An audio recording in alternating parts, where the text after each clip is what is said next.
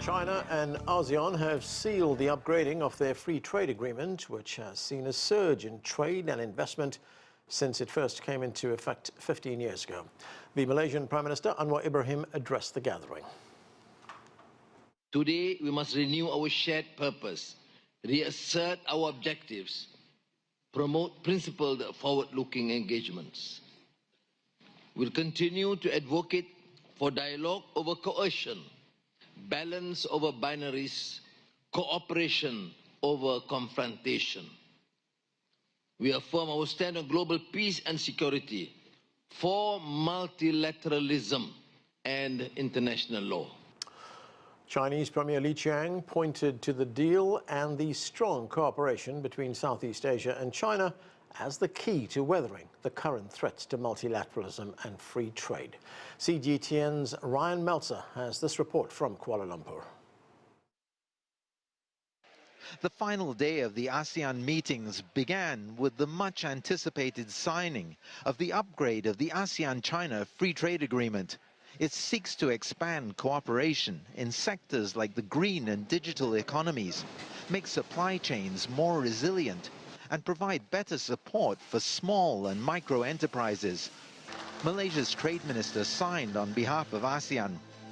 It's very significant for us to reduce the trade barriers, to include elements of digital, include elements of sustainability, so improve the various capacity building and rules, single window. There are many things that will make it easier for exporters and importers to do business together. So to me, it's important, especially in light of what's happening globally.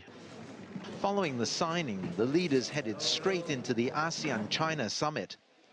In his opening remarks, Chinese Premier Li Qiang said China-ASEAN cooperation had spurred rapid economic development and helped the region weather severe challenges. But the Premier warned that unilateralism and protectionism now pose a grave threat, and that China and ASEAN must resist manipulation from outside forces and continue to deepen ties. Aside from sealing the China-ASEAN FTA upgrade, Malaysia can point to its role in bringing an end to the conflict between Thailand and Cambodia and in steering Timor-Leste toward admission as the bloc's newest member as achievements, though it's seen no progress in ending the conflict in Myanmar. It also had to cope with the US's imposition of hefty tariffs on ASEAN members. We also take quiet satisfaction in seeing conversations unfold among partners and powers beyond these walls. We revived dialogues, built new bridges, and proved that ASEAN's machinery, when guided by patience and reason, still works. The chairmanship now passes to the Philippines, which will hope for fewer unexpected challenges and crises than Malaysia faced as ASEAN chair this year. Ryan Meltzer, CGTN, Kuala Lumpur. To discuss this and more, let's bring in our guests. Joining us from Chongqing, Victor Gao is Chair Professor at Soochow University. From Beijing, we're joined by Zoon Ahmed Khan. She is a research fellow at the Center for China and Globalization. And from Kuala Lumpur, we're joined by Ihsan Oh. He is Principal Advisor at the Pacific Research Center of Malaysia. Thanks, everyone, for being with us. Ihsan Oh, this year's summit focused on inclusivity and sustainability. And Malaysia laid out three main priorities, or goals, if you like, and I just want to look at some of them. It says that one of the goals is including strengthening ASEAN centrality by promoting strategic trust among nations, diplomacy and goodwill, and pushing for greater commitment to enhancing ASEAN intra-trade and investment. Now, what is your assessment of the meeting, of the agreements that were made there, of the resolutions that were passed, and how will they fit into making these goals happen? Well, if we talk in, for example, musical terms, this would be like, shall we say, the coda of great performance over the last year under Malaysia's rotating chairmanship of ASEAN. We saw, for example, as you mentioned, ASEAN centrality was amply manifested in the resolution of the border conflicts between Cambodia and also Thailand. We also saw the inclusivity theme being played out in terms of Timor-Leste being admitted as the latest member, the 11th member of ASEAN.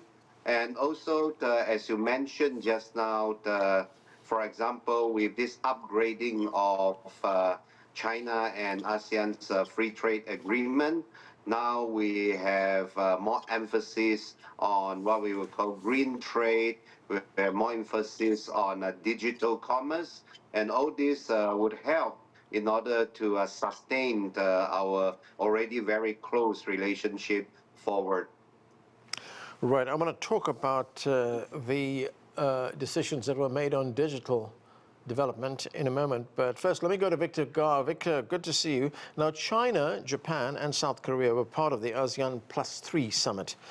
During the gathering, they signed the ASEAN Plus 3 summit declaration on strengthening regional economic and financial cooperation. What can you tell us about this and how significant is it?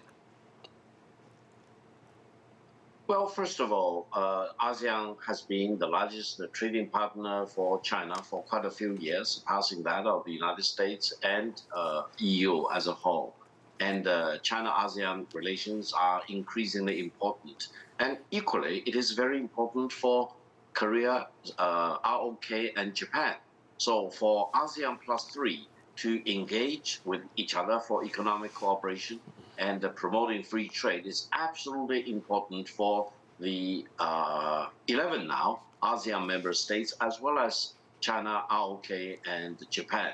Now, Japan was the largest economy in Asia for 48 years, but ever since 2010, China has been the largest economy in Asia and the second largest economy in the world by official exchange rate, and the largest economy if we use purchasing power parity. So I think both China and Japan, and to a lesser extent ROK, can play important role in fully engaging with ASEAN 11 and promoting our bilateral trade relations, and at this critical moment in history, defend free trade for all the people in ASEAN and these three important countries, but also for the benefit of mankind. We should never yield to any pressure which wants to throw a wedge into free trade. This is the message from the ASEAN Plus 3. Yeah, Victor, as you say, the goal is to defend free trade. So how crucial was this meeting coming at a time when we see the protectionist barriers going up again? Indeed, protectionism is running amok in the world, and there is one particularly big country which wants to point a gun at the head of many other countries. They want to strike fear in many countries, or even issue ultimatum after ultimatum demanding others surrender. Now, this is not the right way to deal with ASEAN 11 or China, Japan, and ROK. Sometimes countries may have to yield to the maximum pressure, but if I ask any one of us whether at the bottom of your heart you like such maximum bullying by one particularly big country, no one will like that. Everyone wants to really defend its own national interest, and we should defend free trade. Allow me to emphasize, there will be no fair trade without free trade. Free trade is the mega trend that we need to defend, and we would all suffer the consequences if free trade will be really forfeited. And I think for ASEAN 11 plus 3 to engage with each other, to really compare notes on equal basis, and hopefully they can also strategize their roadmap going forward, not only for their collective interest, but also serve as an example to countries in many other parts of the world to demonstrate that we are collectively committed to defending free trade, and some country really exercising maximum pressure on other countries should be temporary rather than everlasting. Okay, Zoon, good to see you. The 5th Regional Comprehensive Economic Partnership Leaders Meeting, that also took place. It is the world's largest free trade deal. Now, the China-ASEAN Free Trade Area 3.0 That's an extension of the RCEP, was also signed. How important is that, and how will it increase trade and stability in the region?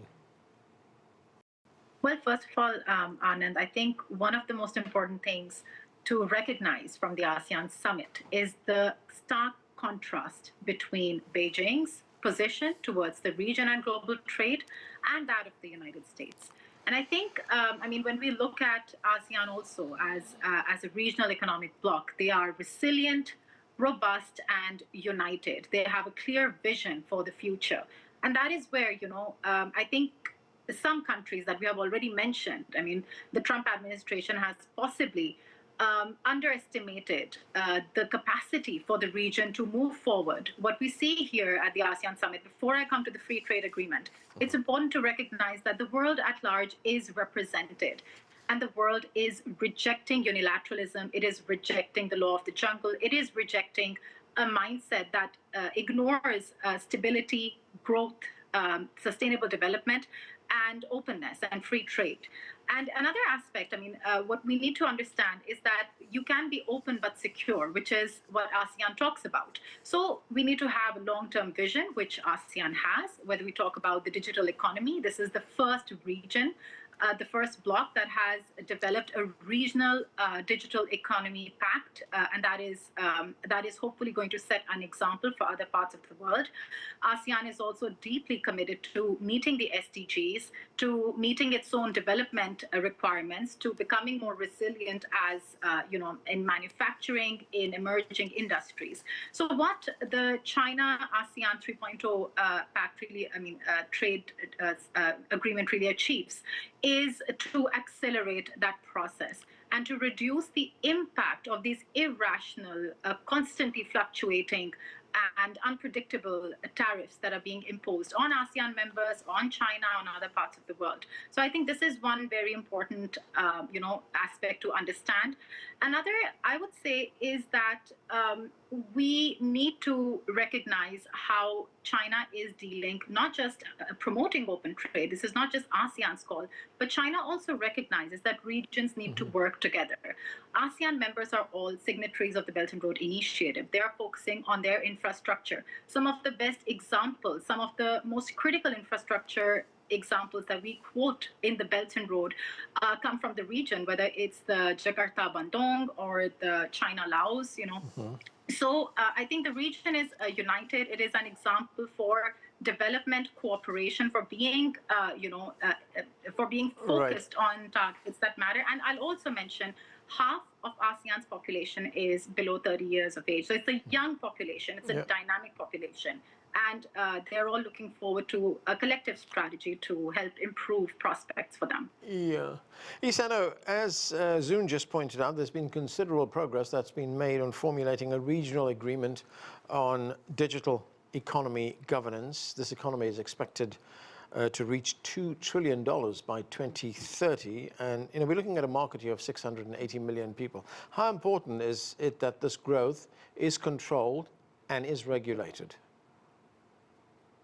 Well, very importantly so, I think the coronavirus pandemic a few years ago, it unexpectedly perhaps gave the impetus, shall we say, the initial kick or development for this sort of digital transaction and digital trade or digital commerce. And even after the pandemic subsided, we still see this sort of explosion of this digital trade as well as online commerce and so on. But of course, in recent years, we have also heard of very serious very damaging cases of, for example, online frauds. But the simpler one would be, for example, that you pay and you did not get the goods or services that you should be getting. But sometimes it gets more serious than that. So indeed, I think some form of regulatory frameworks, or at least some baby steps towards this regulatory frameworks.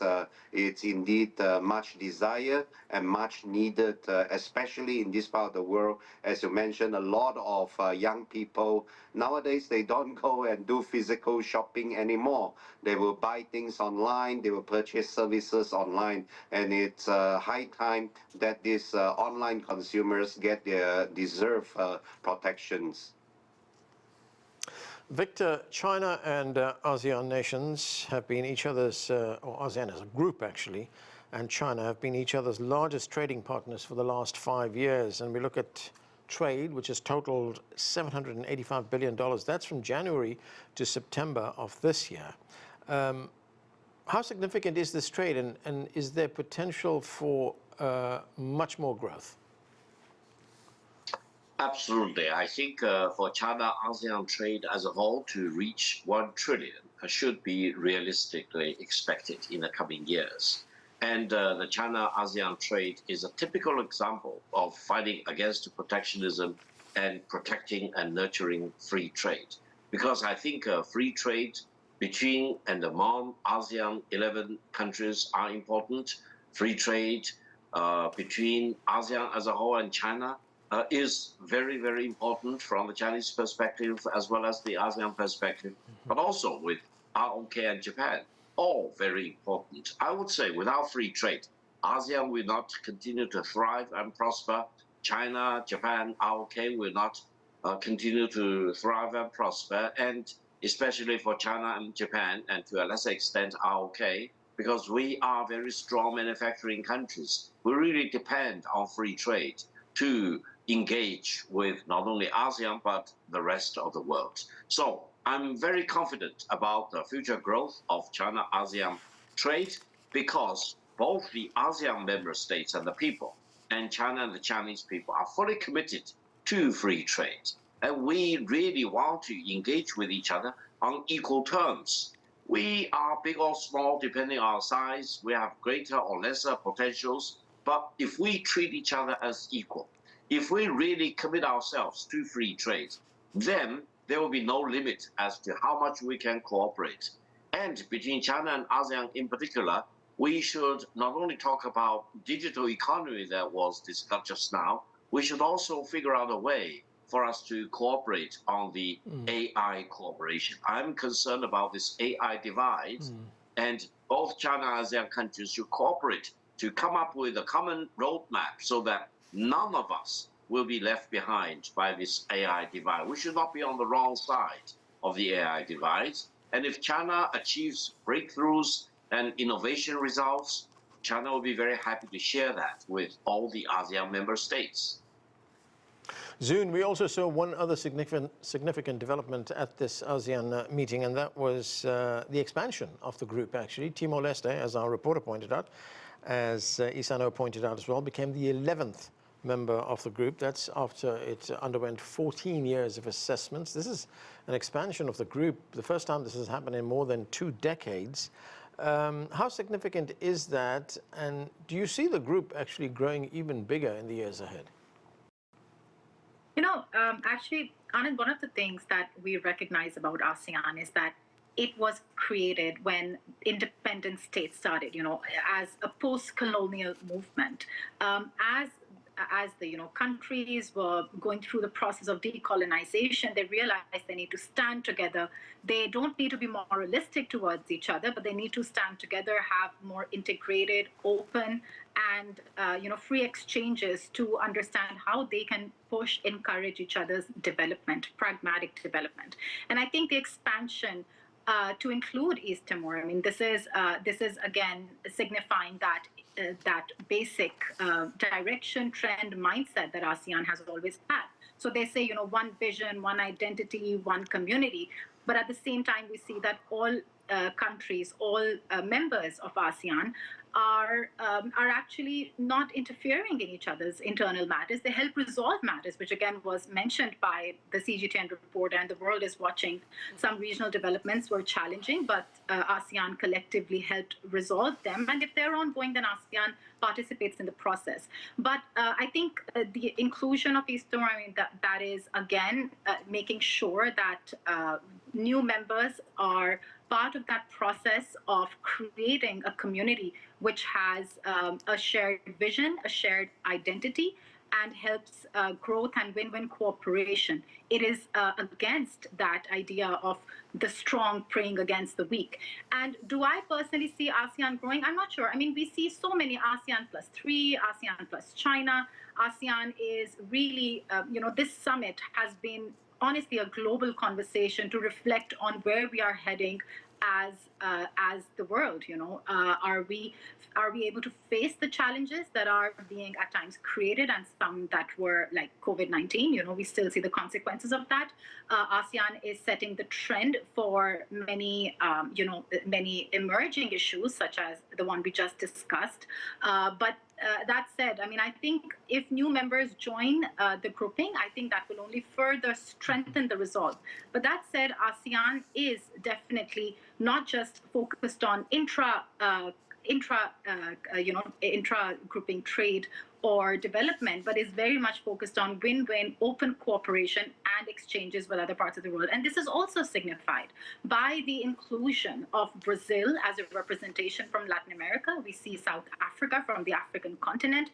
We see, other participants such as Canada and others, to name a few. So I think expansion of members may be unlikely in coming years, but the fact that ASEAN is willing and able to include other parts of the world and makes a lasting impact, as it always has and will continue to, I think that will not change. Isano, let's look at some of the communications infrastructure in the region. There is the Zhengzhou Kuala Lumpur Air Silk Road. What can you tell us about that and the impact it will have on connectivity among these ASEAN nations? Well, these are rather innovative ways of connecting, for example, some of the major industrial centers, some of the major metropolises of Southeast Asia with their counterparts in China. Typically, this would involve using one of these airport hubs for disbursement, as well as congregations of goods from both directions, and for onward exports, for example, to Europe and to other parts of the world. So I think just as with, for example, China has this sort of these are rail links with all the way to Europe and so on. So we hope with, for example, I think it's not only from KL to Jiangsu. I remember there's also KL to Zhengzhou, for example, with Zhengzhou being one of these hubs for goods from Southeast Asia and so on. So these are innovative ways of communicating these two very dynamic, shall we say, economies in the world. But I just want to go back briefly to this thing about expansion of ASEAN membership. Just in this past February, I was invited to Bangladesh to attend a seminar, and the main subject of the seminar was indeed how Bangladesh could join ASEAN. So ASEAN nowadays indeed becomes very popular. Even countries in South Asia would think of joining it. So yeah, I think while we are very careful in evaluating future ASEAN membership, but we welcome other forms of collaboration as well. Victor Gao, we're also seeing a big push for the development of new technologies, green development as well. Now, if we look at some of the numbers from 2013 to 2023, in those 10 years, China invested more than $2.7 billion in clean energy, with clean energy trade totaling something like $4.3 billion. How great is the potential for China to export these technologies to other ASEAN members as well? And do you expect that to grow substantially? Absolutely. I think China indeed is the leading nation in terms of wind power, solar power, and the new ways of nuclear power, including fusion technology, which will achieve a major breakthrough in the coming 2 to 3 years. And also, for example, in terms of thorium reaction, which is very safe and which has more resources to be made available. I think for China to share all these technologies and technological breakthrough with all the ASEAN member states is not only necessary, but also a must, because many of the ASEAN member states actually face the consequences of the climate change, including rising sea level, for example, as well as very fast changing climate patterns. And many of them really need to adapt to the changing circumstances in terms of the global climate change, as well as other changes. And I think for each of the ASEAN member states, or even for ASEAN as a whole, to make so many and so important technological breakthroughs may actually be a little bit insufficient. By teaming up with major countries like China and to a lesser extent with Japan, I think we can really make sure that the right technologies and the breakthroughs can be shared with all the 10 or 11 ASEAN member states. Now, you talked about the ASEAN expansion. Allow me to share one of my personal observations. In terms of new members, I think probably we can also think about Papua New Guinea, which has traditionally been grouped with the Pacific grouping. But physically, Papua New Guinea is very much close to the ASEAN region and is physically part of the ASEAN, of the Southeast Asian geographical region as a whole. Even if Papua New Guinea will not be made a full member of ASEAN, at least it should be appointed as an observer state for ASEAN, hopefully. Further, we are talking about ASEAN +3. Why not also include Mongolia? So eventually it will be ASEAN +4. Mongolia is very much part of this whole region, and Mongolia should not be left alone by itself. And even though Mongolia and China, Japan, AOK are very, very different in many ways in terms of their economy, but I think including Mongolia together with China, Japan, and AOK, so that we will eventually have ASEAN +4 rather than continue to have ASEAN +3, may be something that ASEAN members and their secretariat eventually will consider. Okay, and that is where we have to leave it. Thank you to all of you for being with us. And that's it for this edition of The Heat. I'm Ahmed in Washington.